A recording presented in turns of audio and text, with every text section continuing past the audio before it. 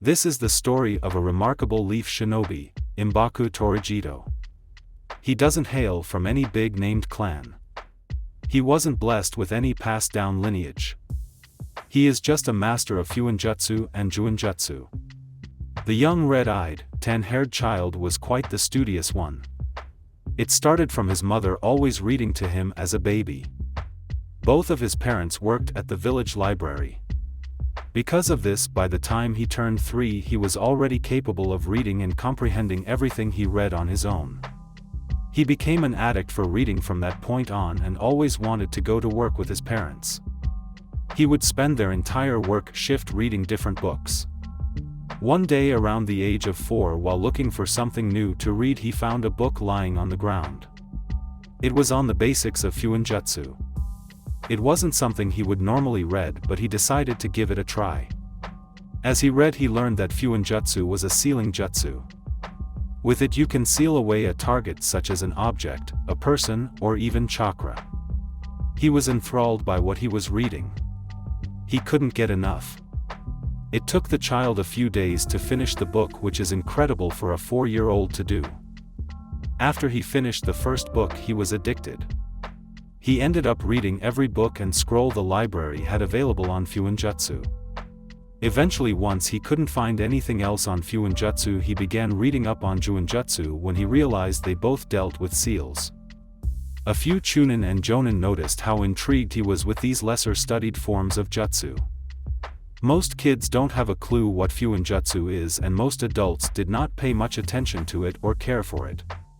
Every so often a jonin would sneak him a scroll or two on different fuinjutsu and juinjutsu. This led to them making bets on how long it would take him to master the techniques inside. Eventually he started creating his own seals. By the time he reached the academy, he already could identify and break down pretty much any juinjutsu and fuinjutsu he came across. The teachers were awestruck at this child's mind. It was clear he was mature for his age when he would interact with his fellow classmates. The third Hokage was even quite interested in this child along with Danzo for different reasons. For the Hokage, he was excited to know the Leaf Village had another promising ninja that would be a great leader and might be great for the Umbu. Danzo was almost salivating thinking about a ninja who he may be able to use against the Nine Tails brat to give him control or steal that power from right under everyone's noses. Along with being able to steal Kekagenkai from other villages by sealing the users away until their power could be extracted or used to bolster the leaf. Unfortunately for Danzo, one day he tried to approach and interact with Embaku. He didn't take into consideration the way he looked. Due to the fact Embaku was a young child at the time, about 5, he had no problem telling Danzo that he was a weird creep before swiftly running away from the pissed-off old man. Embaku breezed through the academy. Most class work came easy because of how advanced his mind was and how much he had read before attending the academy. He was always extremely focused in class during their taijutsu training. At home, along with his fuin and juinjutsu training, he also taught himself kenjutsu. He found a few scrolls on different kenjutsu styles and trained every morning before he went to the academy. He knew the best way to use his seals was to be able to force the ninja he was battling to focus on defending his attacks. If he did that, he would always be able to surprise them with his seals. With a mind so bright, he actually was able to graduate early, becoming a genin at the age of 10. After his graduation, he went to the Hokage and personally requested that he take a year to himself where he could focus on his sealing jutsu before becoming a genin and joining a team. Hiruzen Sarutobi is confused by the request originally. While sitting in his office, Hiruzen asks Embaku, who stopped by with the request, "Why do you need a year break? Most students can't wait to become a genin." Embaku replies, "I want to truly become a master of fuinjutsu and juinjutsu Lord 3rd. From what I've read, to become a master of something you have to be able to dedicate time to it. By graduating early, I have the perfect opportunity to truly devote myself to my training." The Hokage can only grin at this. So much wisdom coming from a mere 10-year-old. What the boy has said is true. He became known as the professor during a time when he could devote his time to training. That's when he created more Jutsu than he could count. After hearing this explanation, the Hokage had no choice but to approve the child's request. Hiruzen says to the new graduate, "Alright, I'll approve your request. I expect to see major improvement during this time. Make me proud, Embaku." Embaku smiles and bows while replying, "I will, Lord Third. And thank you so much, you won't regret this." Hiruzen merely chuckles at this. 1 year later. It was finally the day for the new class of genin to be assigned to their teams and meet their new senseis. Embaku was sitting in the room alone with only Irika-sensei present. Embaku was always a person who never wanted to be late, so he was early as always. Outside of his love for reading, he also got his pride for being punctual from his parents. This was something all his teachers loved about him. After about a half an hour, young ninja slowly started filtering into the classroom. They all seemed full of excitement and eagerness to find out who they would be paired with.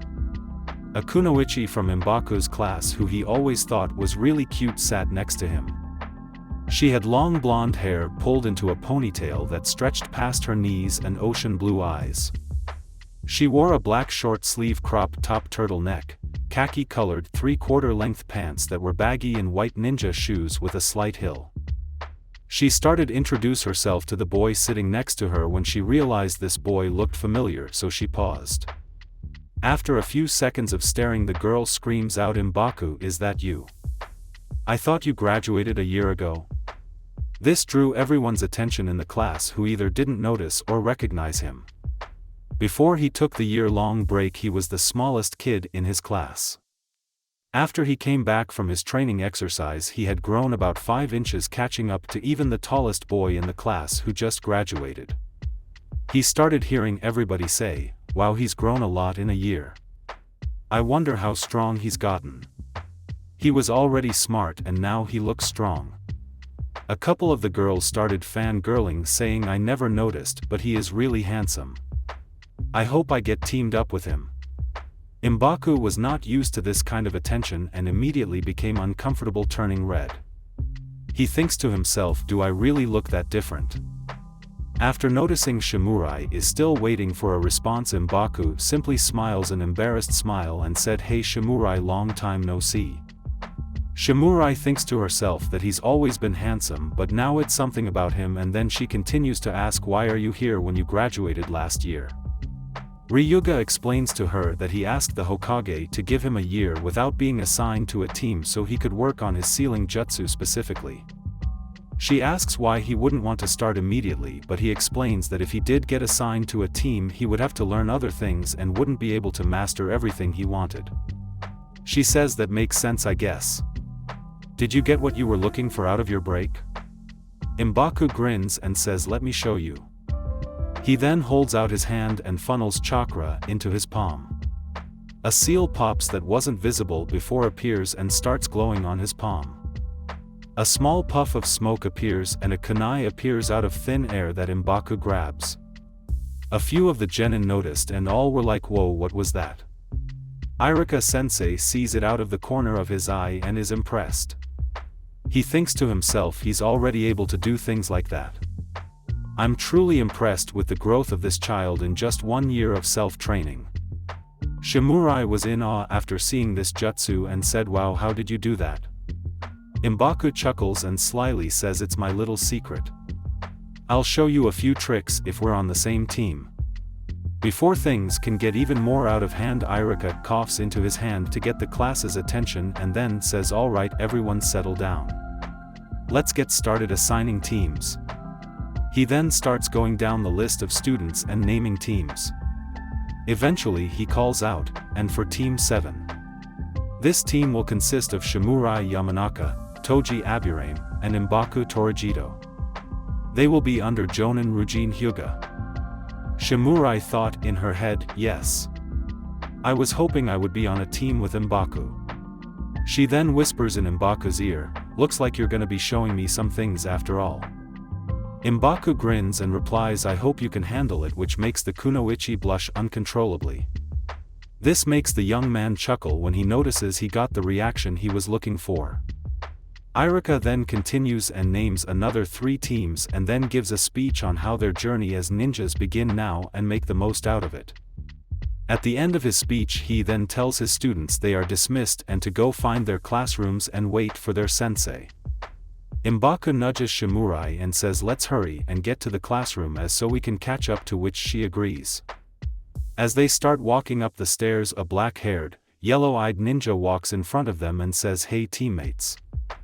He's wearing a gray and red short-sleeved jacket with a net shirt underneath, that has the Aburame symbol on the back of the jacket, black pants and black ninja sandals, a mask covering the lower half of his face and a sword on his back.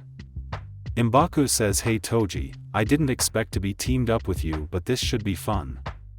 Toji grinned and said I don't know, I'm already getting jealous being teamed up with the new heartthrob of the class. Embaku rolls his eyes at this comment and says whatever man, let's get to class, you guys know I hate being late. He leads the group down the hall. The trio are now sitting in a classroom catching up when they hear the door open and see a man's face poke around the corner. The first thing they notice are the white pearly eyes. The Hyuga clan are synonymous for staring at them. The ninja walks into the room with a smile and says I'm guessing this is Team 7. They all reply yes sensei at the same time. Ryujin says what a well-mannered group. This might be a lot easier to deal with than I thought. Ryujin leans on a desk that's sitting across from the students as he says so everyone, let's introduce ourselves. Tell the group your name, age, something you enjoy and what you're skilled at. He then points to Toji and says you go first. Toji stands and says I'm Toji Aburame, I just turned 13. I enjoy training with my sword, finding new insects and hanging out with my friends. Of course I have my Kikeichu techniques, even though I'm probably the worst with them in the family due to not possessing many beetles and not being very close to that side of my family, but I like to think I'm pretty good with a sword and taijutsu as well. Ryujin smiles and says alright, who's next? Embaku says ladies first with a wink and Shimurai grins and gives a sly look before standing. Ryujin thinks to himself, well, what do we have here? 2 love birds on their first day. The kunoichi begins saying hi, I'm Shimurai Yamanaka. I prefer to go by Shimi. I'm 12. I enjoy helping at my uncle's flower shop and growing beautiful flowers. Due to the fact I'm from the Yamanaka clan, I specialize in the mind-related jutsu. I can read minds, transfer my consciousness and communicate telepathically. I also was one of the top students when it came to hitting the targets. I'm really interested in learning about seals, even though I'm not exactly sure how I'll incorporate that into my fighting style yet. Ryujin is shocked by the last part and says well, I'm not the best person for teaching you seals, but I'm sure I can find someone to help with that. Shimi says I don't think that'll be too hard. I know someone. Ryujin says, interesting, mind telling me who? Embaku chuckles and says I'm sure she's talking about me. Ryujin is confused but says oh really, tell me more. Embaku says well, I'm Embaku Torigeto. I'm 11. And what I like to do is work on my mastery of Juinjutsu and Fuinjutsu. I spend most of my free time studying up on different seals and recreating them or creating my own. I'm sure you know this, but I graduated from the academy a year ago and took a year to focus on my Fuinjutsu and Juinjutsu. Ryujin stares at Embaku and thinks to himself this one is a little different from the others. Ryujin says care to show me something you picked up in your training? Shimi says show him that jutsu you did earlier. Embaku grins and opens his hand in front of him. Everybody in the room stares intently at the boy. He focuses his chakra to his hand and a seal that wasn't there just a second ago starts to glow. Out of nowhere a kunai appears out of a small puff of smoke and Embaku grabs it. Both the Jonin and Toji's eyes grow wide in shock. Ryujin is shocked a kid that age is able to use such advanced jutsu. Ryujin says that's quite impressive for a first-day genin, especially from what you're saying you sound self-taught. Embaku says for the most part, but I've had a conversation or two with the Hokage who gave me a couple pointers during my break when we ran into each other in passing. Ryujin says so what else can you do with the seals? Embaku says, well, honestly, there are many applications I've found so far. I still have a lot to learn because a year isn't enough to master something, but I can use storage scrolls and, as you saw, storage seals on my body. I can make paper bombs and things of the sort. I can make seals that absorb chakra, which can be put on scrolls or on someone's body. If needed, I can seal people away or stop them from channeling chakra. I've created my own paralysis tags. Oh, and my favorite seal I recently learned. Embaku then suddenly throws the kunai he had in his hand in Rujin's direction. The other students scream, "Hey, what are you doing?" but Rujin sees that it's not aimed at him. Rujin never takes his eyes off Embaku. As the kunai passes Rujin, Embaku seemingly disappears. Rujin then can instantaneously sense someone next to him. He then hears his student say, "Pretty cool, right?" as he is leaning on the opposite end of the desk Rujin is on. Both of the other genins' jaws hit the floor. Rujin turns and looks at his student and says, "Where did you learn that technique?" with a stern look which throws off Embaku, who nervously replies, "No one. From all the books and scrolls I've read, one day I eventually came up with it. Simply, I'm just reverse summoning myself through the seal on the kunai." Rujin just stares at this young boy and thinks either he is lying or I may be training the greatest prodigy this world have ever known. Rujin is knocked out of his inner thoughts when Embaku asks, "You okay, sensei? You seem like you just saw a ghost." Rujin says, "Yes, I'm fine. Just wasn't expecting that." "You're really something, kid. Well, now that you've all introduced yourselves, how about you all get out of here for the day? Meet me in front of the Hokage Tower at 7 a.m. for our first mission." They all say, "Yes, sensei." As the genin start walking out the room, Embaku releases the kunai for it to disappear in a puff of smoke. Rujin says, "I have to tell the Hokage about this, and I have some questions." As the new Team 7 walks out of the academy building, Shimi asks the group, "What do you guys have planned for later?" to which Toji says nothing special and Embaku replies nothing at all except maybe working on this new jutsu. Shimi then says, "Well guys, maybe we could all go to grab something to eat in celebration of officially joining a team."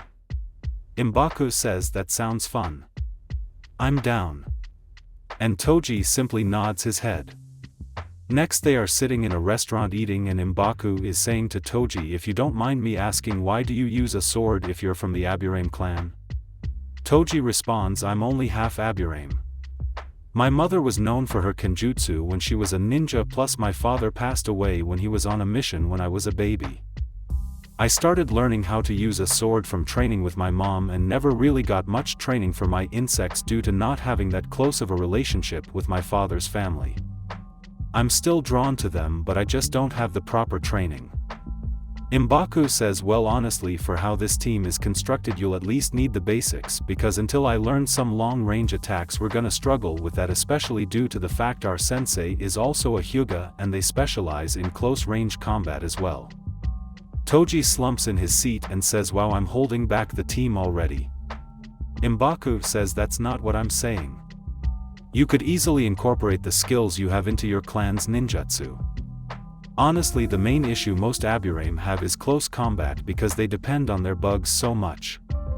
This gives you so many more options because if you learn just a couple medium-range attacks while they are distracted, you can slip in and cut them down with your sword.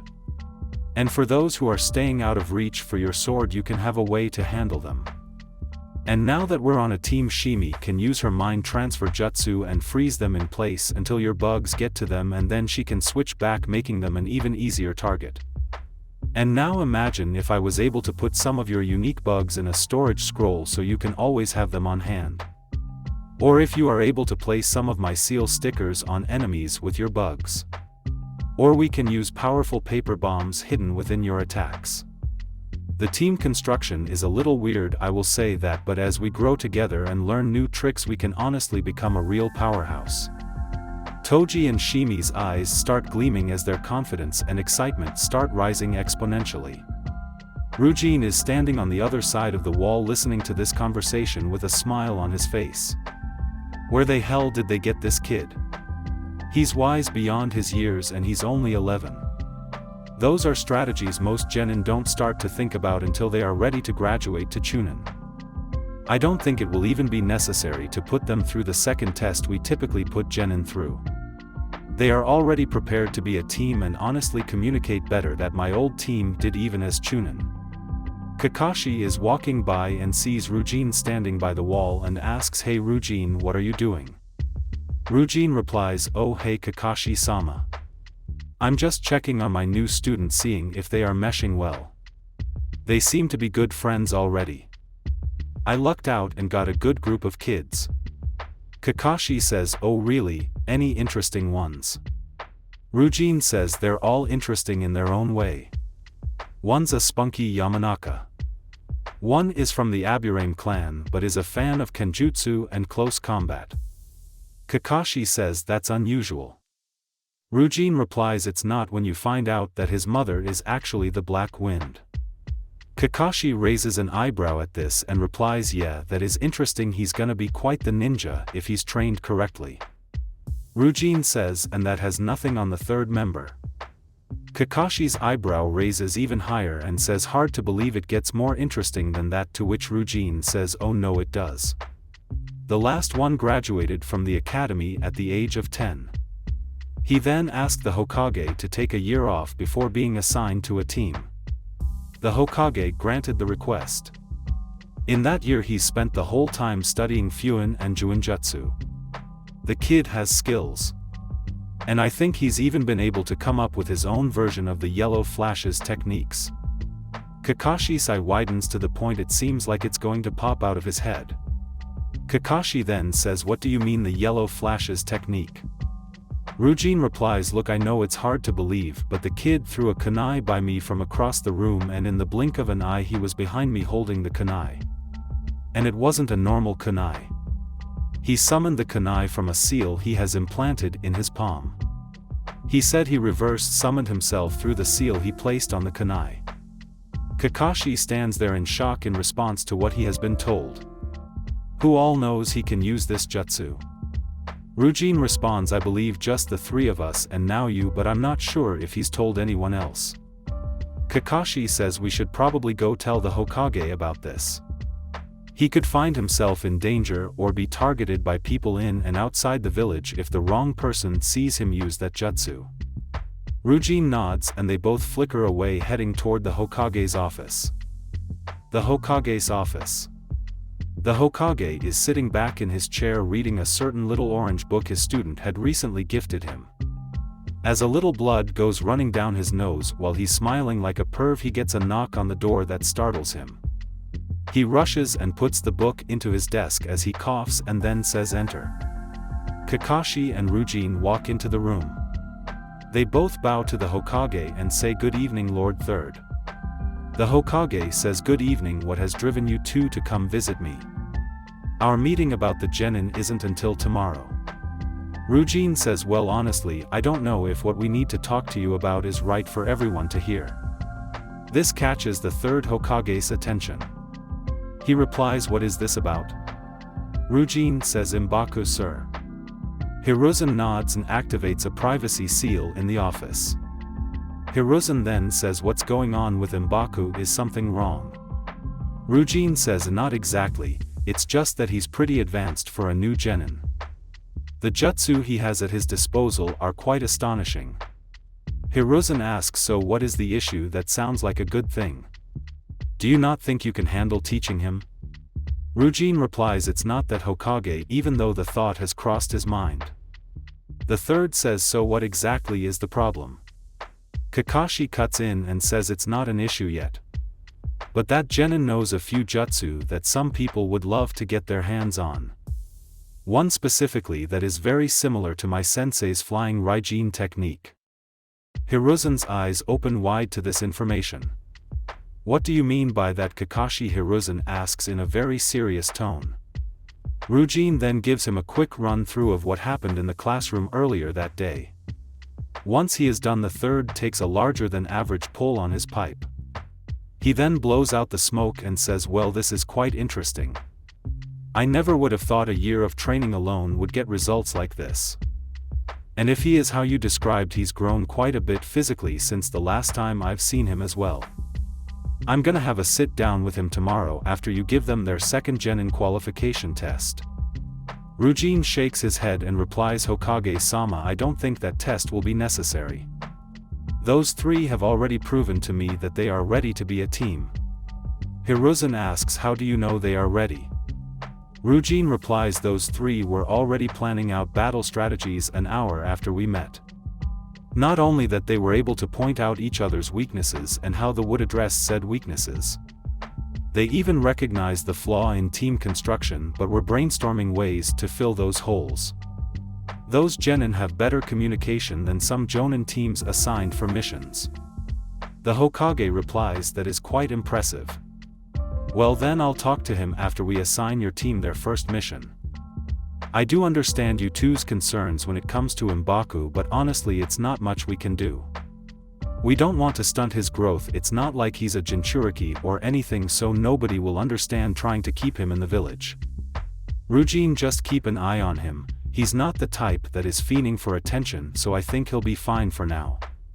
I'll just have to order him to not use that jutsu. I'm sure he won't be too happy, but I can't risk his safety. Hiruzen thinks to himself, I just have to watch my old friend. Hopefully he doesn't know about that technique yet. Hiruzen then asks, is there anything else? Ryujin and Kakashi say no, and the Hokage says, Ryujin, you're dismissed. Kakashi, I'd like to talk to you about your team as well. Ryujin bows and flickers away. The Hokage looks at Kakashi and says, let me guess you're gonna do the bell test tomorrow.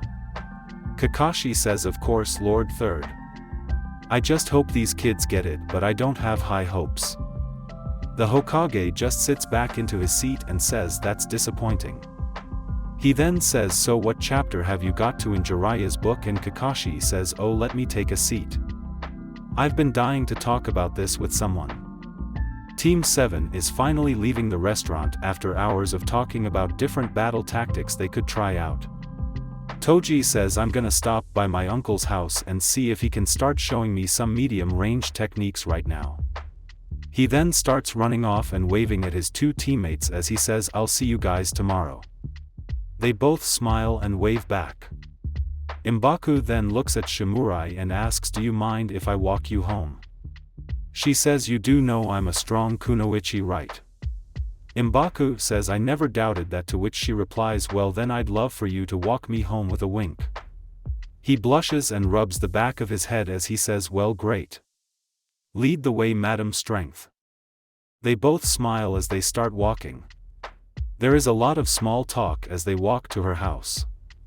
Once they have arrived and are standing out front, she says, thank you for walking me home and keeping me safe.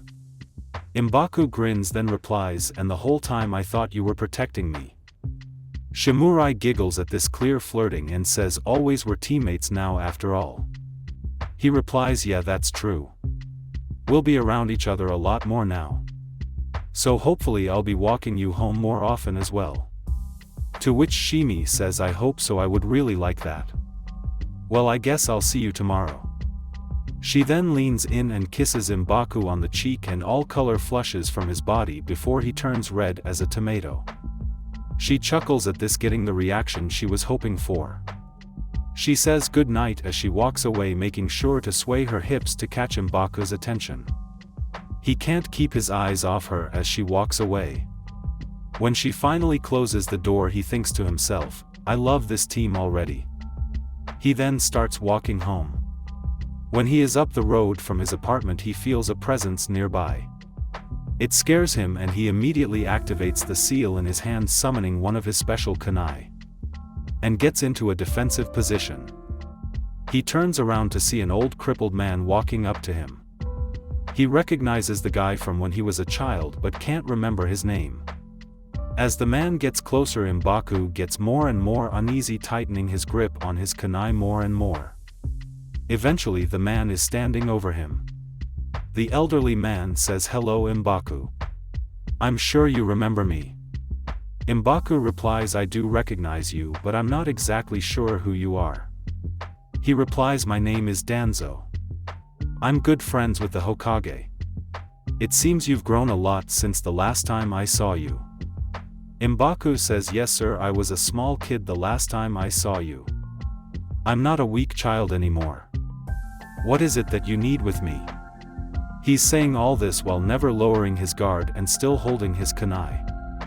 Danzo notices this and doesn't like the kid's tone and decides to release a little of his killer intent. This terrifies Embaku and it's making it really hard for him to breathe, but he never takes his eyes off Danzo. He never lowers his guard, keeping his grip on his weapon. Danzo thinks to himself, impressive. Most genin would have passed out from that. This kid is even more interesting than I thought. Danzo says, Embaku, well, I don't want anything in particular, just wanted to see how much you've grown. I'll be keeping a close eye on you. You may be very useful for the village. I'll be seeing you again, as he slowly walks away from Embaku, who is standing still, too frightened to move at this point. Those last words scared Embaku way more than the killer instinct. The next day in the Hokage's office. The Hokage is sitting at his desk and Team 7 is standing across from him. He says, well, congratulations on finally starting your journey as ninja. This is the first step. This is the mission I've picked out for you. It seems Madame Shijimi's cat has gotten loose and she needs you all to find it. This is a simple D-rank mission. All three genin seemed to be depressed after hearing this, but none were bold enough to complain. The Hokage could see this, so he continues to say, missions like this are essential. They help you understand teamwork and help young teams figure out each member's role on the team. After you've proven you can handle missions like this flawlessly, that's when we take it a step higher. You'll understand eventually. Once hearing this, the Hokage is shocked to see his words actually got through to the children, because they all immediately start chattering between the three on who can do what. Ryujin has to tell them to be quiet until they leave, and they all apologize to the Hokage. He grins and says no, it's fine, he's just glad they actually listened to what he was saying. Embaku replies, of course, you're the strongest and wisest ninja in the village, who wouldn't listen to you? Hiruzen immediately thinks of some blonde-haired knucklehead in response, but just says you'd be surprised. Hiruzen then says the rest of you are dismissed, make me proud, before saying he'd like to speak to Embaku privately. The three ninja bow and then walk out the door after Toji and Shimi say we will Lord Third. He grins as the door closes. Hiruzen then looks at his favorite genin, even though he knows it's wrong to have favorites. He instructs the genin to take a seat, which Embaku does. He says, so how have things been going, Embaku? Your sensei told me how far along you've gotten with your Fuinjutsu. Embaku smiles and replies, things have been great, sensei. I feel like I learned what I needing to in my year of solo training. I've gotten a lot stronger physically because of the gravity seals I placed on myself. Embaku went to continue but was cut off when the Hokage yelled out, the what? Where did you learn that? Embaku grins and says you'd be surprised the things you can learn when you have nothing but time to focus on studying something. Especially when your parents run the village library. You have to remember, Lord Hokage, I started studying this stuff at the age of 4. But yes, once I started using the gravity seals, I started growing a lot stronger, and when I created the low-grade chakra suppression seals and started working on practicing chakra control while using them on myself, the amount of chakra I possessed grew a lot as well. My chakra control improved leaps and bounds because of it as well. The Hokage had to pick his jaw up from the floor after hearing all this from an 11-year-old. He had to compose himself before saying, so what other things can you do? Embaku grins and says, create storage scrolls, prisoner scrolls, paralysis tags, chakra suppression tags, storage seals, summoning seals, reverse summoning seals, and a few other things. Hokage is in awe, but even with this he still hasn't heard the real answer he's looking for. Embaku can tell and says, oh, and I have a certain jutsu where I can teleport to a specific seal I placed on a special kunai my mother gave me. Hiruzen's eyes open even wider at this, as if the kid knew all along what he was waiting for. Embaku asks, do you want me to show you, Lord Third? Hiruzen excitedly takes him up on the offer. Embaku actives one of the seals in his right palm. His special kunai appears in a puff of smoke and he grabs it. Hiruzen is intrigued that this child has taught himself even that jutsu, something that most genin can't use proficiently until they are ready to be jonin. Embaku flips the kunai and throws it out of one of the windows in the office that was slightly cracked. Hiruzen is then shocked when in a blink of an eye the kid is gone. Oddly enough, he can't initially feel the genin's chakra, which makes him think that he killed himself from falling from that height. As he goes to stand up and check, he hears a slight chuckle. He turns around to see the genin kneeling on the overhang right outside the window. This chuckle turns into a full-fledged fit of laughter when the child sees the Hokage's face. Embarrassed, he says, "Well, you're just full of surprises, kid. When did you learn how to conceal your chakra like that?" Embaku says, "I didn't, it's another one of my seal tags, I call it the cloak tag. I came up with it last night because I didn't want to have to deal with that weirdo Danzo anymore. I barely got any sleep because I was up working on it." Those words caught the Hokage's attention. So he has been keeping an eye on the boy, Hiruzen thinks to himself. Hiruzen tells Embaku to come back inside with a more serious tone. Embaku follows the orders and sits back down. Hiruzen in a more serious tone says, "Hey kid, I'm really proud of how far you've come on your own, and I know you're proud of your jutsu, but promise me you won't use that teleportation jutsu unless you're in your home for the time being." Embaku immediately gets upset at this. He was indeed proud of his new skill and couldn't wrap his head around why he shouldn't use it. The Hokage can see this and follows up by saying, "It is extremely similar to the technique the fourth Hokage was most known for. He took many lives and struck fear in the other major villages with that technique. I don't want you to be targeted because somebody thinks that you are his child and are out for revenge.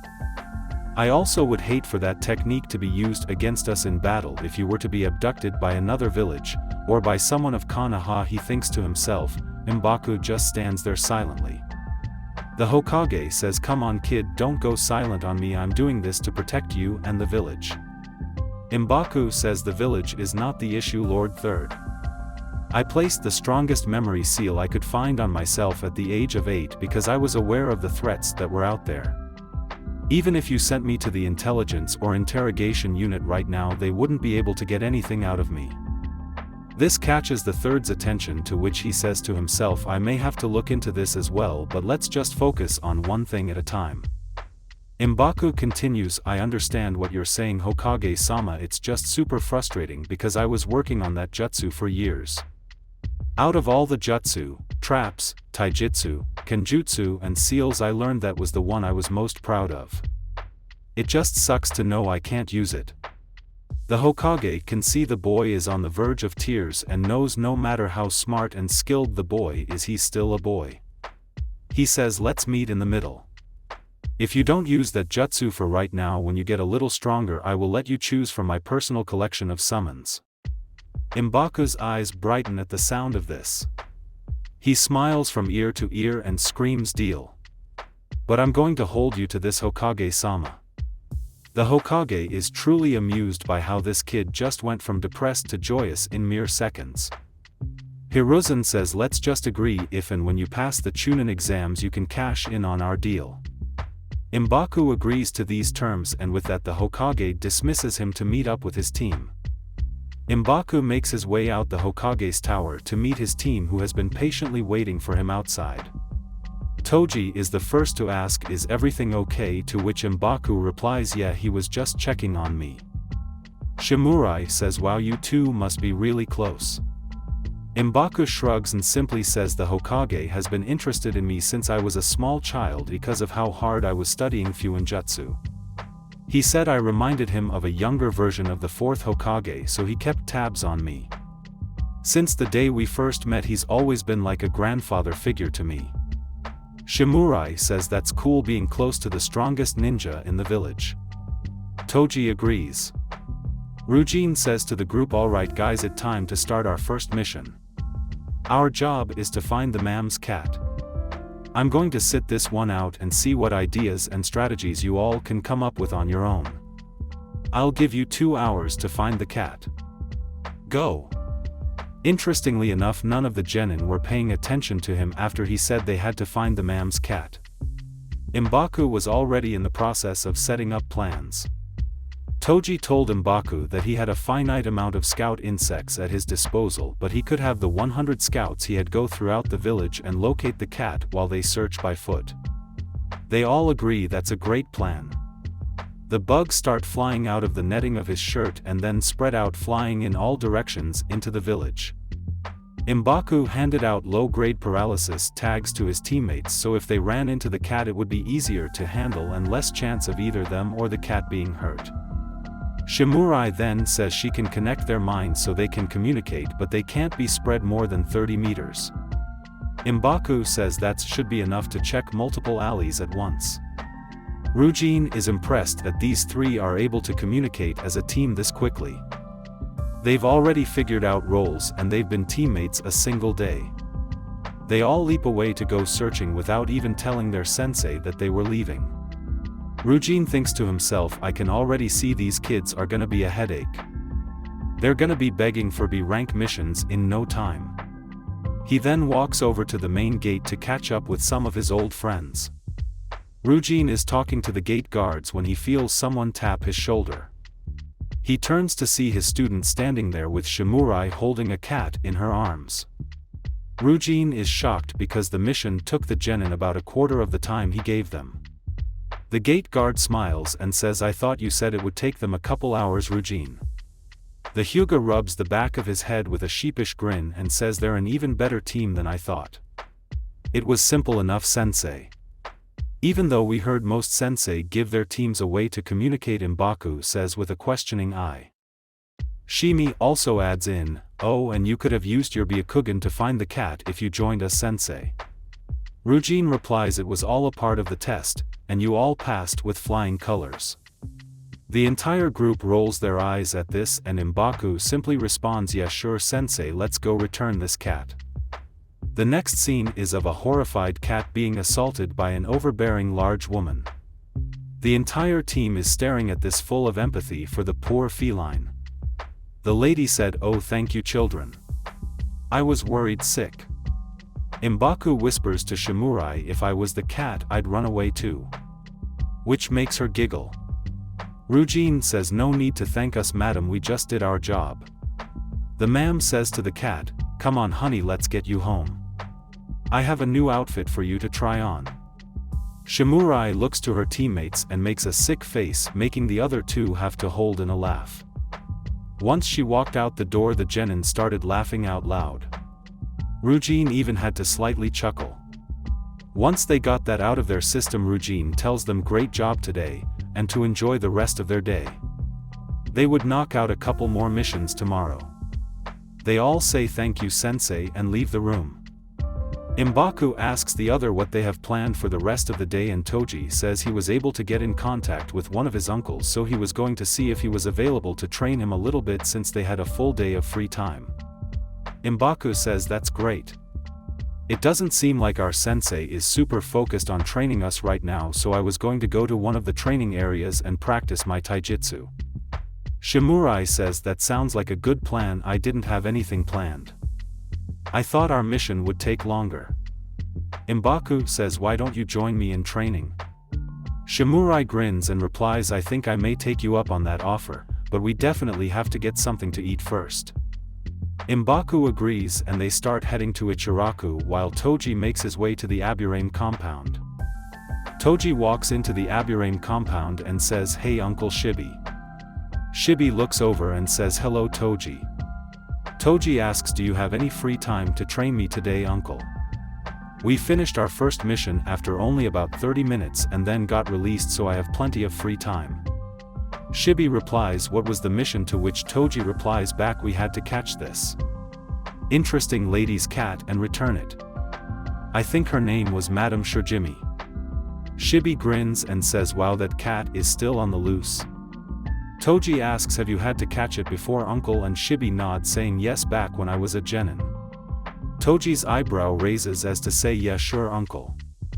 Shibi grins again and says, never mind that, it is impressive that you were able to catch it within 30 minutes.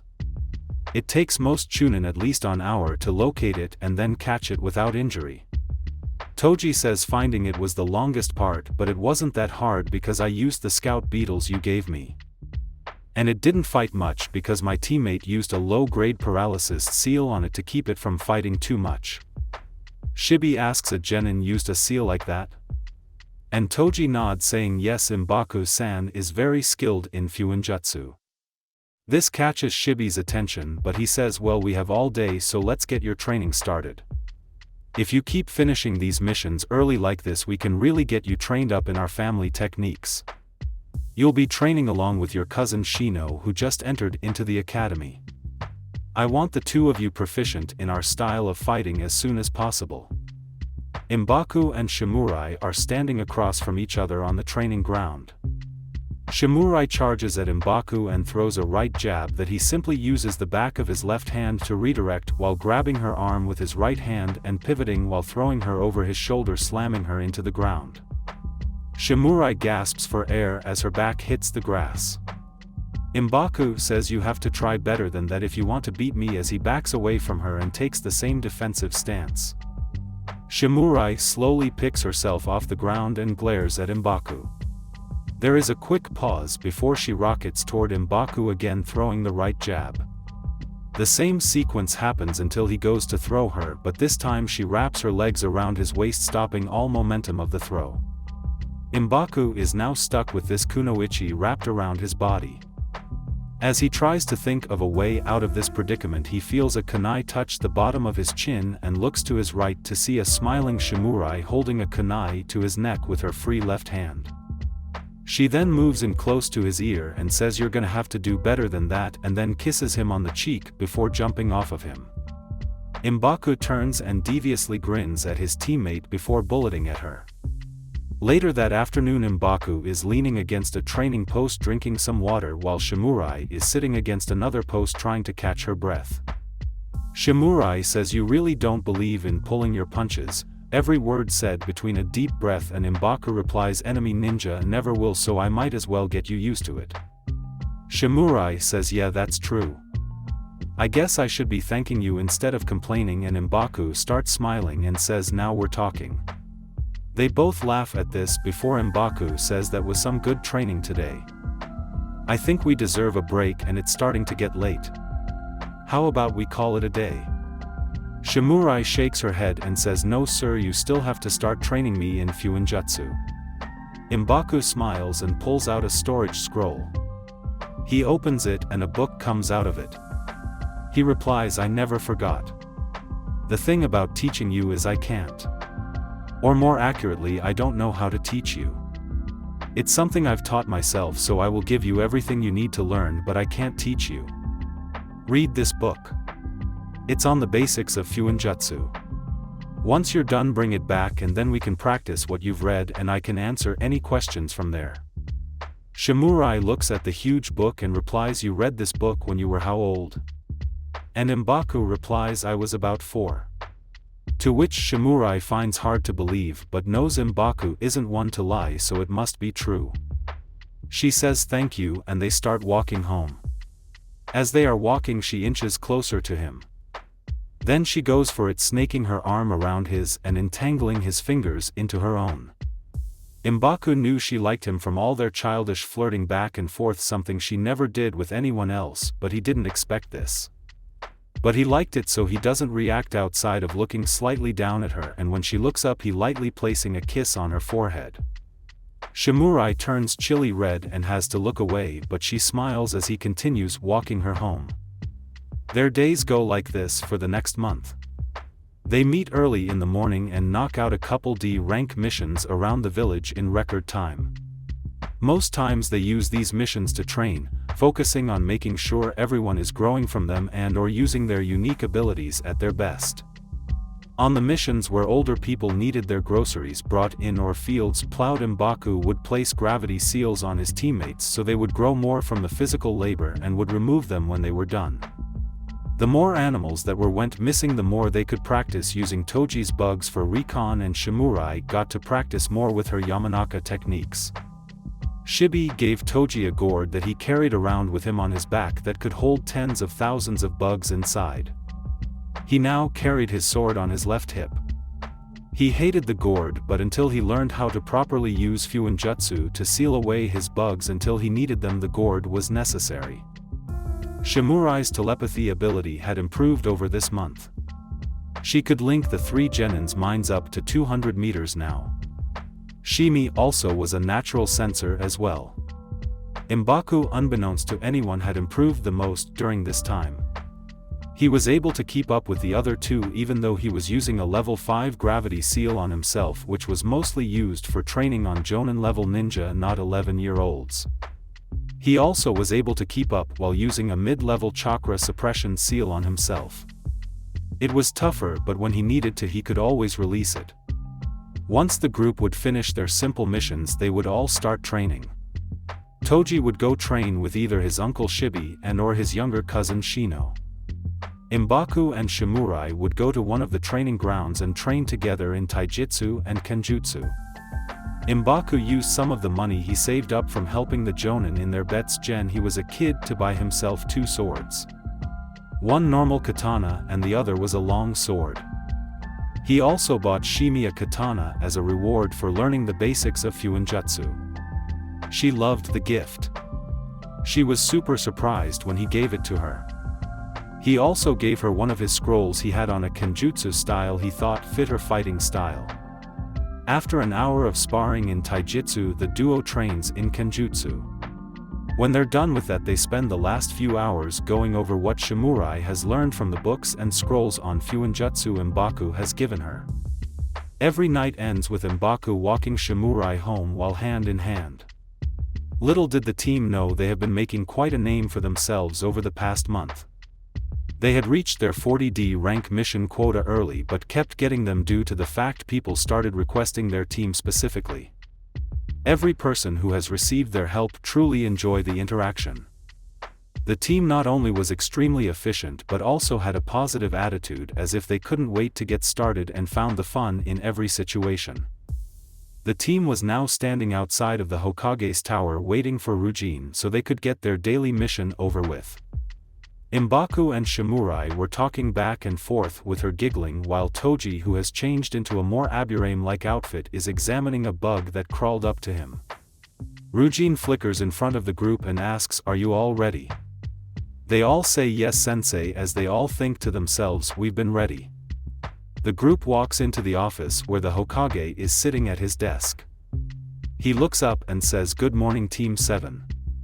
They all bow and say, "Good morning Lord 3rd. The Hokage says, "Let's go over your 1-month evaluation as a team."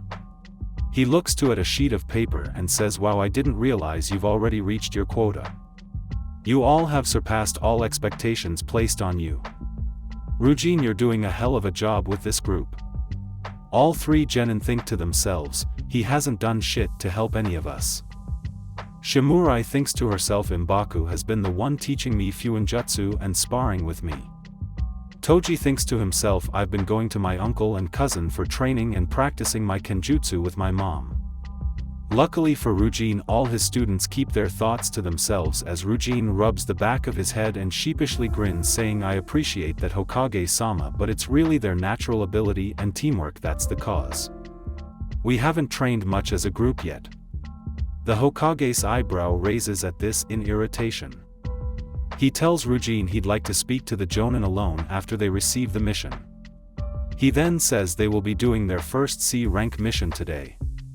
They have to guard a village ambassador while they go complete a protection agreement with small village elder in the outskirts of the Leaf. There are known bandits in the area but no missing ninja according to prior accounts. The Hokage could see all 3 genin smiling ear to ear, full of excitement of finally getting out of the village. The Hokage says, "I can tell you all are excited, but remember all the skills you learned from the D-rank missions you've completed so far.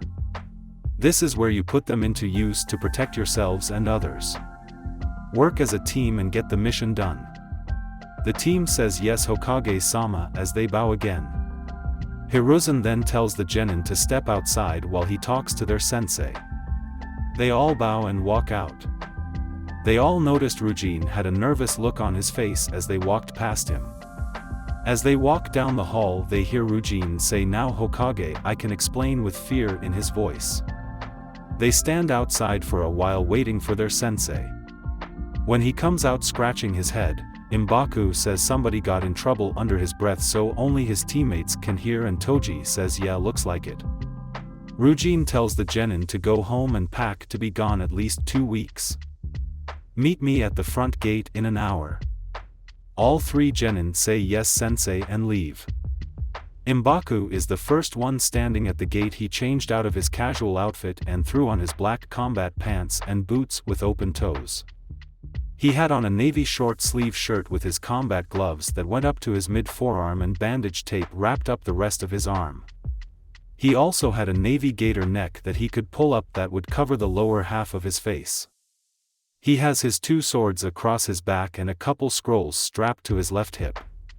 He then sees his beautiful teammate Shimurai walking down the street.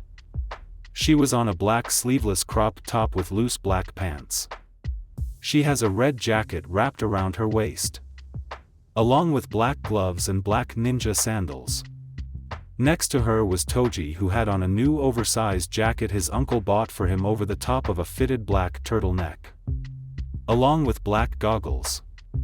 Embaku smiles and says, "Looks like you two are ready to go."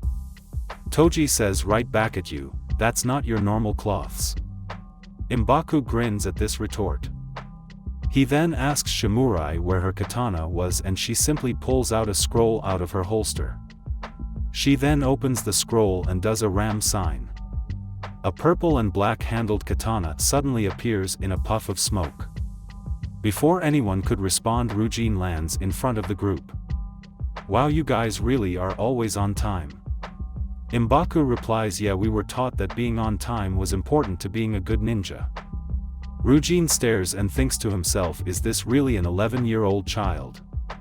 Rujin then notices Shimurai's katana and the scroll and has a few questions. "When did you start using Kenjutsu Shimi? And did you just summon that from the scroll?" Shimi replies, "You've missed a lot, sensei. You've been so busy lately. But I've been using a sword for about 2 weeks. And yes, I did as I said before, I was serious about learning Fuinjutsu from Embaku." Rujin gets a tick mark behind his head, not liking the tone of the genin, but also is starting to realize the caliber of students he has. He then says, "Well, that's impressive, Shimi." He then looks at the whole group and says, "Let's go over the game plan for the mission." As they are going over the mission, a beautiful woman walks up to the group. She has on an elegant red kimono with yellow flowers in the design throughout it. Her hair is up in 2 elegant buns with 2 hairs curling down. "I'm guessing you will be the group who is tasked with protecting me," the beautiful lady said. Rujin with a blush says, "So you must be Lady Miso." Miso smiles and says, "Yes, that's me. I'm happy I have such a handsome guardian." Rujin is thrown off by this unexpected compliment and all 3 genin start to chuckle. He pulls himself together and says, "I appreciate the kind words, ma'am." Miso replies, "I don't like to be called ma'am if it's not during negotiations or council meetings. You can just call me Miso." Rujin nods and says, "Yes, Lady Miso." Miso rolls her eyes and replies, "That will just have to do."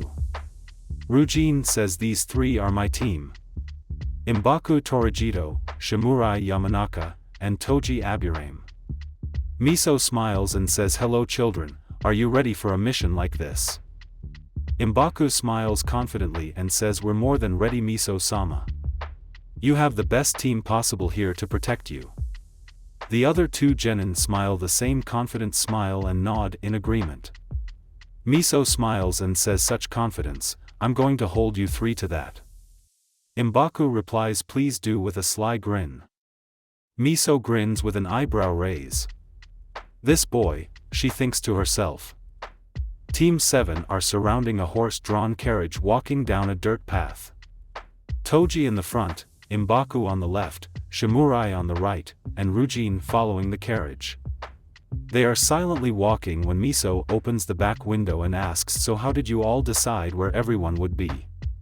Rujin replies, Toji has the ability to stop a lot of frontal assaults with his ability to fight off a frontal assault with his insects, and is also doing recon with his insects as well. Along with that, I believe he is the most proficient with a sword. I'm in the back due to the fact my Byakugan can see 360 degrees. And the other two are able to guard from the side. Miso replies, well, that makes a lot of sense, before closing the window. Later that evening, Ryujin says, we're gonna break for the night, let's set up camp and get some food in us before we get in some training before bed. All three genin say yes sensei. Toji and Shimurai sit on the ground with a thud, finally getting the chance to rest. Embaku immediately walks off into the forest. Miso asks, where is the kid going? Ryujin says he's probably going to set up a perimeter and set some traps if I had to guess. Miso says, you all must do these missions all the time. To which Ryujin replies, no, this is the first time. He's just simply a natural. Miso's eyebrow raised again questioningly. Embaku walks from tree to tree, placing seals on them and then placing explosive tags in certain spots. Embaku walks back to the group after about 20 minutes, seeing his group had already gotten the fire started. Ryujin says, nice to see you've returned. We're gonna start working on walking on trees while we wait for the food to cook. Embaku nods and starts walking toward Ryujin. He then walks past the jonin, and without any hesitation Embaku walks clear up the tree. He even walks on a branch and is standing upside down. Ryujin is shocked by this. The Hyuga then looks to his left to see his other two students are missing. He then hears Hey Sensei from above, and both of his other students are standing upside down from nearby branches. Ryujin asks, when did you all learn to do this? Embaku slyly grins and says, I found a book on chakra control and started practicing in my year-long break. I gave Shimurai the book and let her read it, and not too long after she read it we started practicing tree climbing. Toji adds on, my uncle taught me tree climbing a couple weeks ago. Ryujin frustratedly looks away, saying to himself, the Hokage may have been right. These kids are teaching themselves while I've just been enjoying the ride. I have to be a better sensei. Ryujin then looks back to the group and says, alright, well, let's work on your taijutsu for tonight. If we pass a river or lake on the way we can practice water walking. Embaku grins at his sensei and says, let's do it. Ryujin spars hand-to-hand combat with Toji while the other two genin sit and guard Miso. Ryujin tells Toji, you have pretty good taijutsu, but it can still use some work. Toji says, I'm better with my sword. You should pull out your kunai and see. Ryujin obliges, pulling out a kunai, and has a quick exchange with Toji. He is put on the defensive for a while but is never truly in any danger. Toji has great technique but lacks stamina. Once Toji became winded, Ryujin told him, you're definitely skilled for a new genin with that sword. Keep up your training and you'll be a true kenjutsu master one day. Toji bowed and said, thank you sensei. Ryujin then calls Shimi to come over and spar while Toji replaces her on guard duty. Shimurai was better than Toji at taijutsu. She caught Ryujin off guard with some of her grappling counters to his attempts of tossing her. She also would try and attack his blind spots with a kunai when she evaded strikes until he was forced to activate his Byakugan. The battle turned heavily one-sided after the activation. This wasn't something that Embaku would let go unnoticed. When the two were done sparring, Embaku said, hey sensei, I bet you weren't planning on having to use those fancy eyes of yours against one of your students, huh? Ryujin frowned at this for a second out of embarrassment and the disrespectful tone used while talking about his Byakugan. He replied, yes, I was a bit caught off guard, I can admit she's really good. She's been taught well. Where did you learn that fighting style, Shimurai, if you don't mind me asking? Shimurai blushed slightly and glanced at Embaku, and then said, honestly sensei, I learned it from sparring with Embaku. He countered everything I'd do when we first started and would throw me like a rag doll every chance he got, so I learned to use my entire body to negate that. At first any opening he'd see he would take advantage of it and make me regret it. So slowly but surely I've learned to do the same to him. Embaku begins to blush at this, which Toji and Miso notice. Ryujin says, well, great job Shimurai, let's give Embaku his chance. Embaku and Shimurai trade places. As they walk by, Embaku says, you looked really hot while you were fighting. Shimurai paused and started blushing uncontrollably with her eyes bulging out of her head. Toji asked, are you okay? After a few seconds, she finally pulls herself together and turns around. At this point Embaku was already facing off against Ryujin. Embaku bulleted at Ryujin at a surprising speed Ryujin had never seen him use before, as Embaku started throwing complex combos at his sensei. Ryujin for the most part was able to guard against all of the attacks without any strain.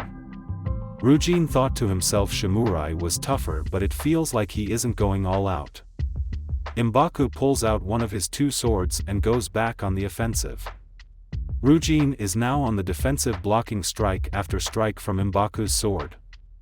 He then noticed Embaku throw a kunai at him while he was already off balance, so he had to contort his body just to avoid it.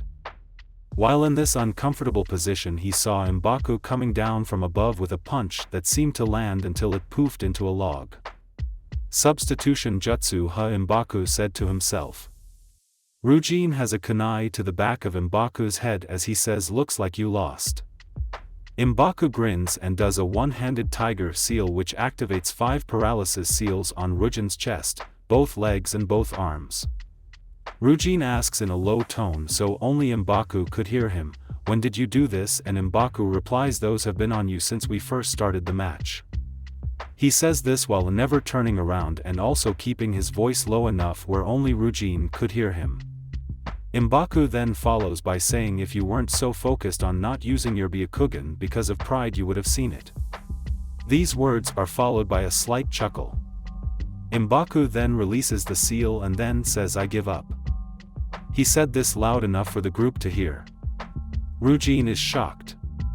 He thinks to himself, this kid is even more impressive than I thought. He set me up with a mind game before we even started sparring. And he placed those seals amidst hand-to-hand combat with a jonin of the Hyuga clan. That's almost impossible for most jonin, let alone a fresh genin. And then after showing me he could have defeated me, he lets me have the public victory so Miso-sama would still have faith in my ability to lead and his teammates wouldn't lose respect for me. Being able to do all this and make these decisions all at the age of 11. He's going to be a force to be reckoned with in the near future. Embaku then stands and walks to the group with his hands behind his head. Shimi says, you did so good Embaku, I thought you had him. Toji adds on, yeah, I guess sensei has been holding back his true strength. Embaku replies, yeah, he's definitely strong, we're just gonna have to keep training if we ever want to catch up. Later that night, while the entire group is sleeping except Embaku who is on watch, Ryujin comes up to him and sits beside him. Ryujin says to Embaku, thanks for earlier, kid. You didn't have to lie for me. You beat me fair and square. Embaku replies, sensei, it's not about beating you. I just wanted to get the point across that we aren't your run-of-the-mill genin. You don't even know our true strength because you haven't actually been training us since we've been assigned to you. This is a talented, unique group of ninja on this squad. We can teach ourselves a lot, but we also need our sensei to teach us as well. I'm also not the only one who feels this way. Ryujin replies, you're right. I'm sure you were able to guess what the Hokage wanted to talk about with me, and it was exactly that. Embaku replies, yeah, you told on yourself. We were just going to judge silently, but I'm pretty sure you earned the others' respect by being honest. Ryujin replies, yeah, I hope that's the case, I haven't been the best sensei to you all. Embaku looks to his sensei and says, only time will tell, but it's entirely in you hands. Show them you deserve the respect. Ryujin nods at his student and they both look to the stars. A few days later the group approached a small village. As they made it to the entrance, a few guards with spears approached them asking who they were and what was their purpose here. Ryujin introduced Miso and she explained who she was here to see and why. They happily let the group in after nearly fainting after looking at the beautiful woman. They were directed to the village leader's building, which seemed to be a large house. Embaku asked his sensei how long they would be staying here, and Rujin said they would likely spend the rest of the day here and leave in the morning. Negotiations like this can take hours, and it was already midday. Embaku replies, "Alright, well, I'll go set up a perimeter so we'll know if anyone is coming in or out of the village." Rujin simply nods and tells Shimurai to tag along with Embaku to make sure he doesn't get in any trouble. Shimurai happily does so, looking back at her sensei and mouthing "Thank you, sensei," while Embaku's back is turned. Toji chuckles at this and says, "So I guess I'm stuck protecting you and Miso-sama, huh?" Rujin replies Miso can handle herself, I'm the only one who needs protection, with a grin. He asks, "So how much has your uncle Shibi actually taught you?" Embaku and Shimurai walk around the outskirts of the village and he places seals on the ground as the two talk. Shimurai asks Embaku, "So what is your family like? I never hear you talk about them much." Embaku grins and says there's not much to say. I don't come from some cool bloodline. Both of my parents work at the village library. My mother reads all the time and she used to read to me every day from the day I was born. That's why reading and studying became such a big thing for me at such an early age. They let me come with them to work every day until I joined the academy. Neither were ninjas, so it's kind of hard for them to understand me, but at the same time they are both very supportive. They've supported my dream of being a ninja since the first day I found that book on Fuinjutsu. They have a hard time believing me when I tell them I wouldn't be the ninja I am today if it wasn't for them. He said that last part with a slight smile. Shimurai grins and says, "I can tell you have a really close relationship with your parents." Embaku nods in agreement with a smile as he kneels down and places another seal on the ground. Shimurai and Embaku continue to walk around the village talking. Later that night, Miso walks out of village leader's home. The three genin who were all waiting outside walk up to her and Shimurai ask, "Lady Miso, were you able to get everything handled?" Miso smiles and replies, "Yes, Shimi-chan, everything is handled. We are officially allies with this village. We can head back to the Leaf Village in the morning." Rujin appears and says to the group, "The people of the village have prepared a small feast for us in celebration." Miso adds on, "And the leader has a place set up for us to sleep so we don't have to sleep on the ground or in a cart." All three genin cheer at that and the night goes on. Later that night, as the festivities are going on, the village is full of joy. People are dancing, music is being played, there is plenty of food and most of the villagers are drunk. Even Rujin is having a good time. He and Miso are dancing together amongst the villagers. A few of the village girls are talking with Toji, who is blushing uncontrollably. Embaku is sitting on one of the buildings watching over the village. He hears a familiar voice say, "Hey Embaku, why are you sitting by yourself?" Embaku replies, "Just making sure nothing happens is all. Plus I'm not the biggest party person."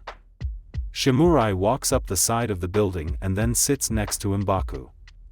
Embaku asks, "Don't you want to have fun with the villagers?" And Shimurai replies, "I would, but there's this cute boy I want to hang out with even more." Embaku blushes a bit and says, "Toji is down there if you were looking for him," which got him a playful punch in the arm. Shimurai chuckles and scoots closer to him before laying her head on his shoulder. He slightly leans his head on hers. They sit there in silence for a few moments, just enjoying the other's company. Embaku then says, "The stars are beautiful tonight." Shimurai looks up to see a cloudless sky full of stars. Shimurai begins smiling, taking in the beauty. It takes her a while to realize that Embaku is taking in something else beautiful. When she does, she stares into his crimson eyes and it's like nothing else in the world matters. They begin to lean in for a kiss when Embaku jerks away. Shimurai asks what's wrong and Embaku says somebody just entered the village, a few people. Shimurai immediately jumps up and says, "I'll go let sensei know." Embaku says, "Fine, I'll go confront them until you guys get there." He goes to jump away, but Shimurai grabs his shoulder. As he turns, she kisses him, and then tells him, "You better be careful. Embaku flirtatiously grins and says of course I will. I'm planning on getting another one of those once this mission is over. He then flickers away. As the party is going on, about 20 evil dirty-looking bandits come walking into the village from the shadows. One of the bandits says the villagers have some nerve having a party and not inviting us. Another bandit says they're gonna have to pay for that. How about we take a couple girls as retribution? The group starts agreeing. Somebody says I didn't see any of your names on the invite list. They all look forward to see a kid standing in front of the group. One of the bandits asks, when did the brat get there? The leader replies, beats me, but we'll just kill him before we go have fun with the villagers. Embaku grins and says it's commendable that you have such confidence in yourself. Sadly you all are gonna die here. The leader says, what did you say you brat? To which Embaku repeats, you all are gonna die tonight. The leader says get him boys, and the group yells as they begin to run at the genin with knives and swords drawn. Embaku simply grins and throws 2 kunai at the group. As the kunai rocket toward the group, they begin to multiple into 50 kunai that strikes down most of the group. The ones who aren't hit freeze in the shock of their whole group being slaughtered by this child. They next see another kunai land in the middle of the pile of bodies that has a piece of paper attached to it.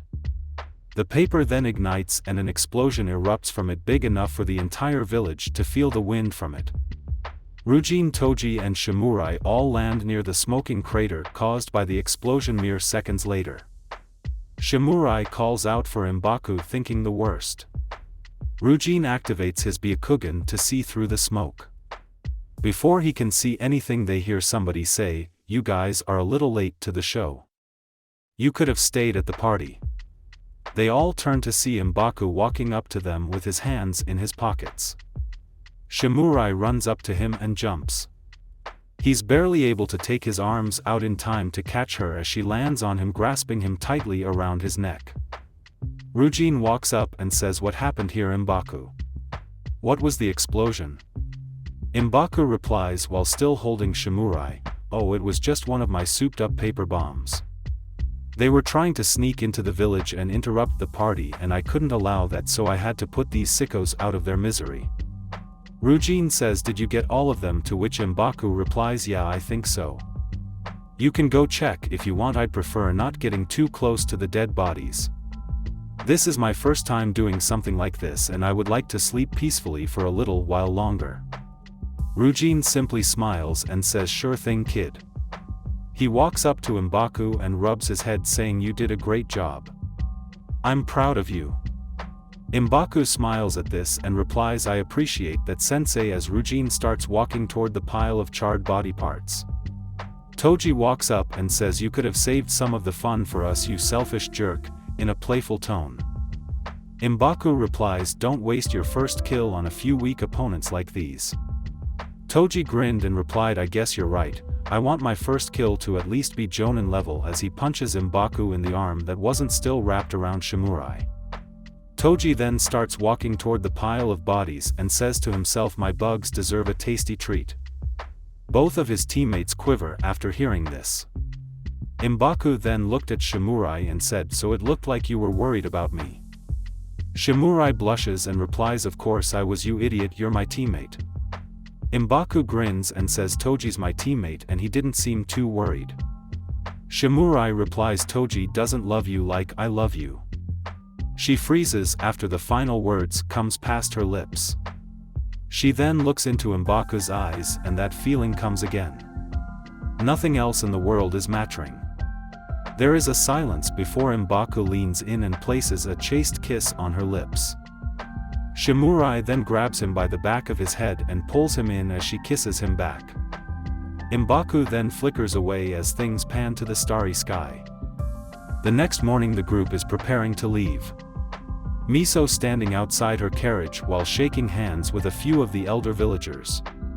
The village leader is thanking Embaku for handling their bandit problem. Embaku replies, oh, it was nothing, sir. Just holding up the Leaf Village's end of the bargain.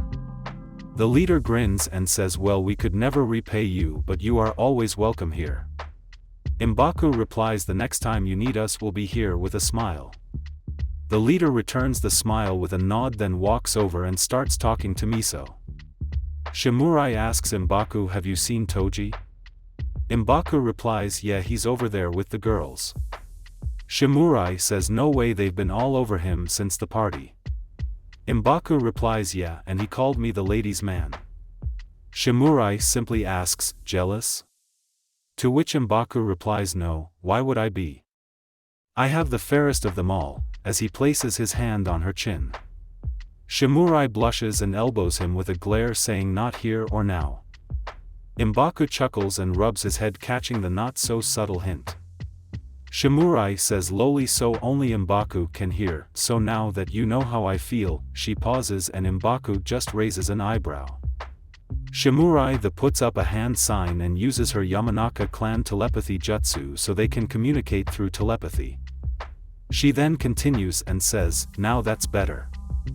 I hate having conversations like this where other people can hear. So yeah, now that you know how I feel, you know, where do we go from here? I honestly wasn't expecting to let that out this soon. Embaku smiles and without looking up mentally says, Shimi, I know how you feel, and honestly I feel the same way. I've always had a crush on you since the academy. This is something I've wanted to say for years. I would love for you to be my girlfriend if you are willing to try it out. Shimurai replies while also keeping her eyes down, would really like that. Nothing would make me happier. They both start smiling when they look up, never making eye contact. That's when they notice Toji has been standing in front of them and has an eyebrow raised. They both are a little thrown off by this and lean back.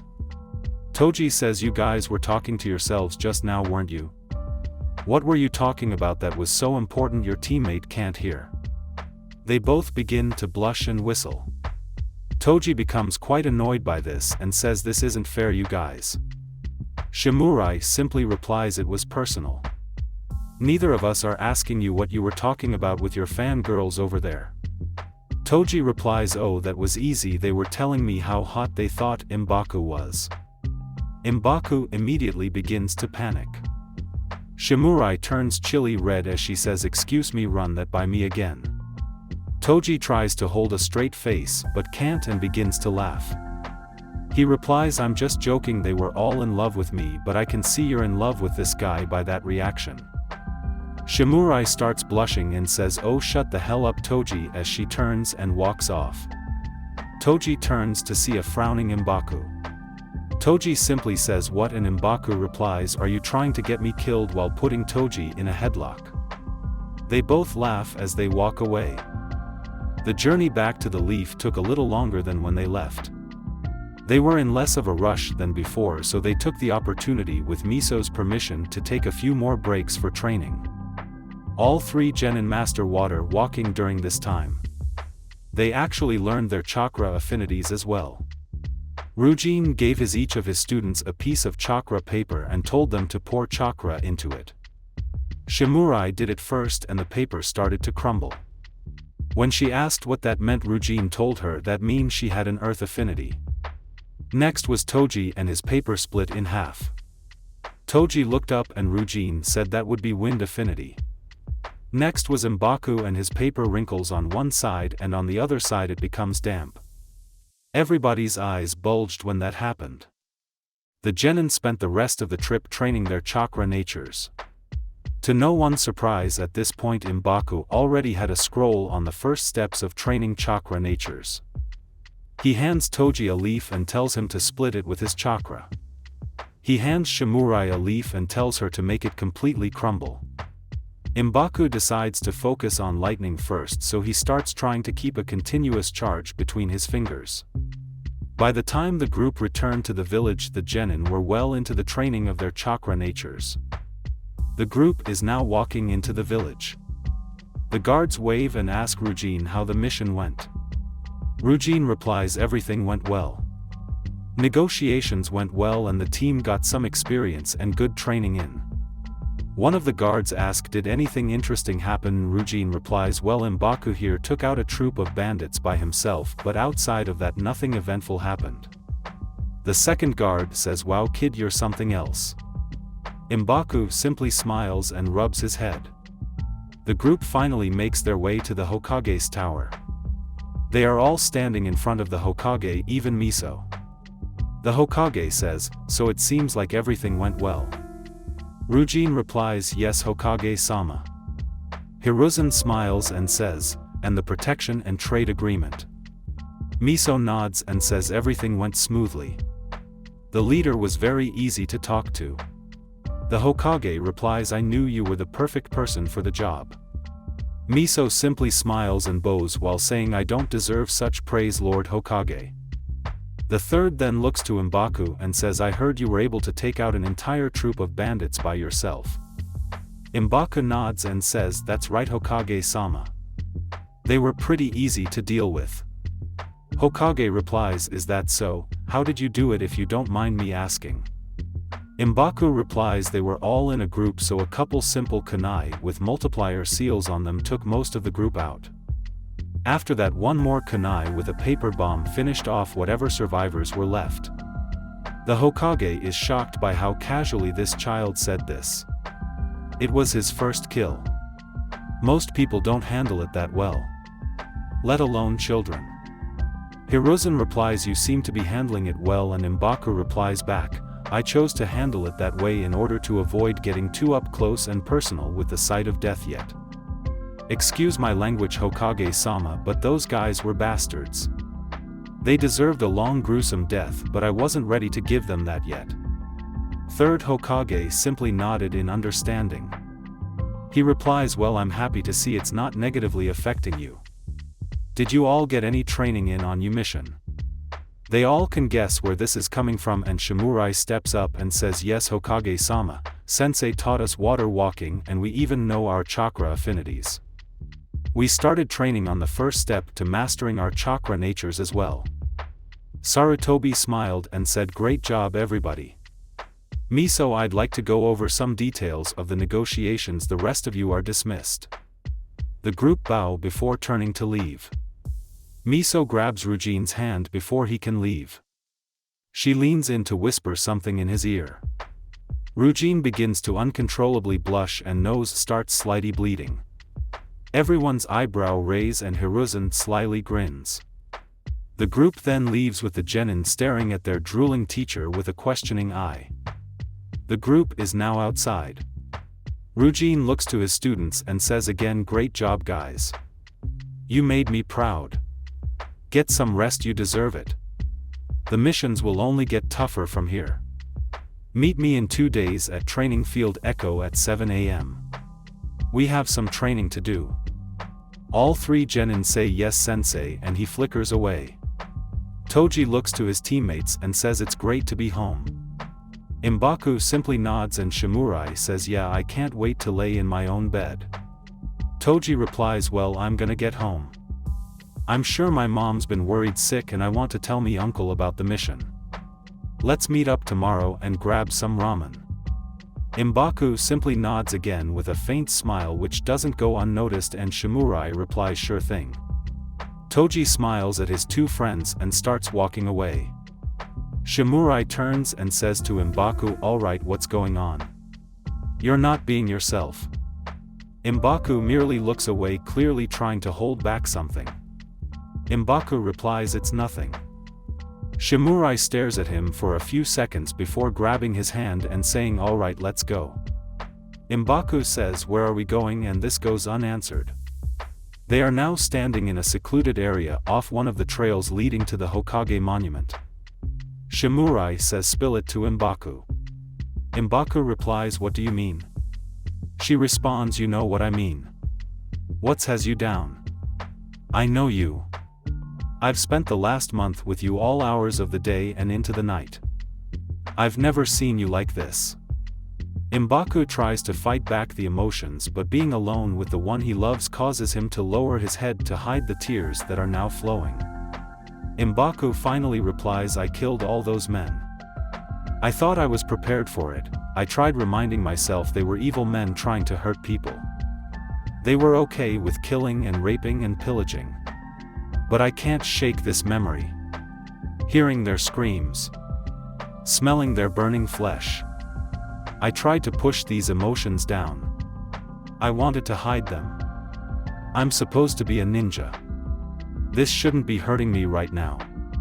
Embaku then begins to sob. Shimurai flashes in and tightly hugs Embaku, one arm around his back, one around his neck, with the hand rubbing the back of his head. She replies, "I'm here for you, Embaku. You don't have to hide your emotions with me. When it's just me and you let your emotions run free.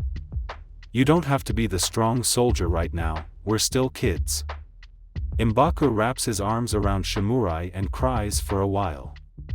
Eventually the tears stop and he wipes his eyes.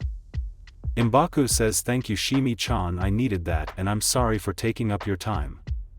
Shimurai says, "Stop apologizing, you idiot. I'm your girlfriend, right? On top of that, we're teammates. It's my job to make sure you're okay like you've done for me." Embaku smiles and grabs her, bringing her in for another hug. He then whispers in her ear, "I love you, Shimurai." Her eyes shoot open and she pulls her head back in shock. She stares into those crimson eyes of his and she can see he truly means it. One tear falls from her eye as she says, "I love you too, you idiot," before pulling him in for a passionate kiss. They stand there kissing for about an hour. Once they finally stop to catch their breath, Embaku says, "I could really get used to that." Shimurai nods while panting and fixing her hair. She then looks at Embaku and says, "All right, before it gets too late, can you walk me home? I'm sure both our families are missing us." Embaku smiles and says, "Sure thing. Let's get out of here." They begin to walk away. Little did they know the Hokage and Miso were watching this occur on his crystal ball. They stopped watching once the kissing fit started, but they saw the breakdown of Embaku and the comforting presence of Shimurai. The Hokage sits back in his chair and says to Miso that boy will be fine as long as that kunoichi is by his side. I could tell he was struggling with his first kill even though he put up a good front. Miso replies, "He really had me fooled. I had no idea it was eating at him like that." Hiruzen replies that boy is already Chunin level with a Jonin level mind. Most ninja at that level have some capability of hiding their true emotions. Miso replies, "Yeah, that makes sense. Honestly, the kid is truly remarkable. He even bested Rujin in a spar." The Hokage's eyebrow raised at this. Miso continues, "He didn't think anyone noticed and even acted like Rujin was the victor, but he was able to place a few seals on Rujin during their taijutsu bout without Rujin noticing. Once Rujin seemed to have him beaten, he activated the seals that had Rujin frozen in place. He said something to Rujin and you could see in Rujin's eye he was defeated, but Embaku then said he gave up as he released the seal. I'm guessing he did that so I wouldn't lose faith in Rujin and his teammates wouldn't lose respect for him. If I wasn't a ninja in the past I wouldn't have even noticed." Hiruzen merely chuckles at this and takes a pull of his pipe. He then says, "Well, that makes it even more imperative that we're able to keep him from falling off the ledge." Miso replies, "What do you mean, Hokage-sama?" and Hiruzen says, "If he has that much ability at 11, I'm really excited to see where he goes from here." 2 months later. Team 7 are standing in front of the Hokage in the Hokage Tower after a mission. Hiruzen says to the group, "So you all have knocked out another C-rank mission. You've been on a roll lately." Rujin replies, "Thank you, Hokage-sama. The missions have been pretty straightforward. We only ran into a small group of bandits this time. Toji handled the majority of the fighting this time around with his Aburame techniques, catching the bandits and draining them of their chakra before they could get the chance to attack us for our scroll. Shimurai took down the others." Hiruzen asks what Rujin and Embaku did and he replied, "We were ready to jump in at any point, but they requested to handle the situation this time around so we stayed out of it." Hiruzen grins and nods, replying, "Well, I'm glad everyone is getting the opportunity to get battle experience. And great job delivering the scroll. If nobody has anything else, you all are dismissed." The group bows and replies, "Yes, Hokage-sama," and leave. Once the group is outside, Rujin says, "Great job on the mission, guys, you all have the rest of the day free." Meet me at 9 a.m. for training. The group replies yes sensei, and Ryujin flickers away. Toji looks to his teammates and says, alright guys, I'm gonna go home. I know the two lovebirds have been dying for some alone time, which gets him an eye roll from Shimurai and Embaku, and he grins and flickers away as well. Embaku grins and says, hey, do you want to train or eat first? Shimurai replies, let's go train, because last time we ate first you made me throw up during our sparring. They are now standing across from each other on the training field. The two genin both jolt at each other and commence sparring with taijutsu. Embaku is throwing strong jabs and elbow strikes, causing Shimurai to be on the defensive, but she is completely controlled. She is redirecting every strike with the back of her hand and blocking with her forearms. Embaku throws one jab that she easily dodges, and she goes for the throw. She manages to throw Embaku, but he is able to contort his body and land on his feet. He immediately flickers toward Shimurai and puts up the ram sign, which activates the paralysis seal placed on her. She freezes in place because of this, in an awkward position where she is slightly leaning forward. He appears in front of her and uses the back of his hand to move her hair out of her face. As Embaku is about to say, "You're still falling for this trick," he realizes he is now stuck in place. His eyes shoot open as he looks down to see Shimurai's hands are also in a ram sign. He grins and says, "Looks like I was a little overconfident," and Shimurai replies, "Seems so." Embaku smiles and says, "Alright, release the seal on 3. Shimurai says, "Alright, 1, 2, 3. Embaku releases Shimurai's seal, but she does not do the same. She zooms up to Embaku and places a chaste kiss on his lips and then jumps back before releasing the paralysis seal. Embaku says, "Oh, you're gonna pay for that," and uses lightning release lightning balls. 8 orbs of yellow lightning form and shoot at Shimi. In response, Shimurai forms a number of hand signs and uses earth-style earth-shore return. A small wall of rock shoots out of the ground, meant for protecting from any frontal assault. The lightning spheres blast into the wall, cracking it, causing a cloud of dust to appear. Embaku races around the wall preparing a kick, but to his surprise Shimurai is no longer there. He pauses, and in that moment he feels something grab his ankle. Before he could react, he was dragged into the ground. Shimurai jumps out of the dirt and says, "How do you like my earth-style double suicide decapitation technique?" She then notices what seemed to be her boyfriend in the ground is actually a log that was nearby. She thinks to herself, substitution just to her. Knowing he's not the type to give time to breathe, she jumps back and uses her sensory ninjutsu to try and locate Embaku. When she can't sense anything, she screams out, "Really, Embaku? Are you really using a chakra cloak tag right now?" She then hears some leaves on the ground move and she looks that direction to see a kunai was just thrown there. She turns the other way to see a fist come flying toward her face, which is too close to dodge or block. She flinches, preparing to be punched, but after a couple seconds, which felt like hours, instead of the punch she thought was coming, she feels Embaku's lips kiss hers.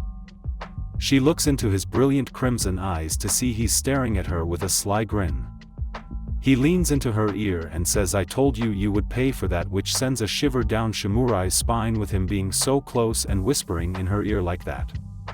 Before she could respond, Embaku jumped back and gets back into his battle stance. Shimurai, while still blushing, grins and pulls out her katana. Embaku is surprised but follows her lead, pulling one of his katanas out of its sheath. They both shoot across the battlefield at each other, with metal crashing into each other.